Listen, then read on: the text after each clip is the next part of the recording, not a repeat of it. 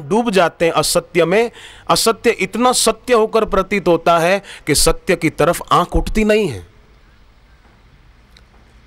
और फिर कुप्रचार करने लग जाते हैं ऐसे लोग जिनका सच्चाई से कोई लेना देना ही नहीं है। ईश्वर सत्य स्वरूप है, उस तरफ जिनकी आंख नहीं उठी, ऐसे मूढ़ पाप आत्मा लोग सच्चाई की राह पर चलने वालों के विरोध में खड़े हो जाते हैं, उनका विरोध करते हैं। कबीर जी का विरोध हुआ, ज्ञानेश्वर जी का विरोध हुआ। ज्ञानेश्वर जी के पिता विट्ठल पंत ईश्वर का रूप थे। ज्ञानेश्वर जी को जन्म देने वाला आदमी साधारण होगा? जरा सोचो। ऐसे विट्ठल पंत के लिए लोगों ने गंदे शब्द कहे और इतना तिरस्कृत किया कि विट्ठल पंत जी को जल समाधि लेनी पड़ी। कहां मर गए थे तब सज्जन लोग, क्यों जल समाधि लेनी पड़ी विट्ठल पंत को? देश को खतरा दुर्जनों से नहीं है, ध्यान से सुनना, देश को खतरा आप जैसे सज्जनों की निष्क्रियता से है। विट्ठल पंत को क्यों जल समाधि लेनी पड़ी? कहां सज्जन मर गए थे?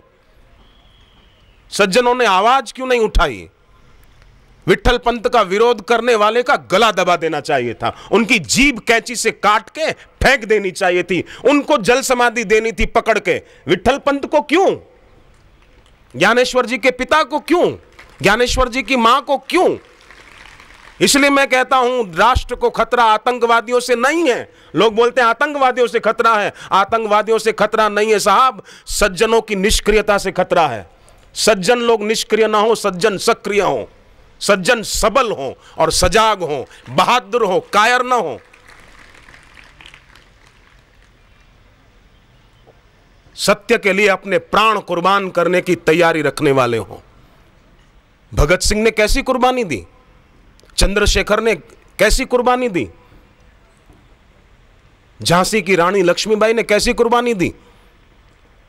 घोड़े की लगाम मुंह में पकड़ी दांतों से और दोनों हाथों से तलवार घुमा रही थी झांसी की रानी, दोनों हाथों से। कैसी बहादुरी दिखाई। इसलिए अपने पौरुष को जगाना, पुरुष को अपना पौरुष जगाना चाहिए था, पर आजकल पुरुष परुष हो गया, घर में ही परुष हो गया। शब्द कहे पौरुषम नृषु, अपने उसको जगाएं।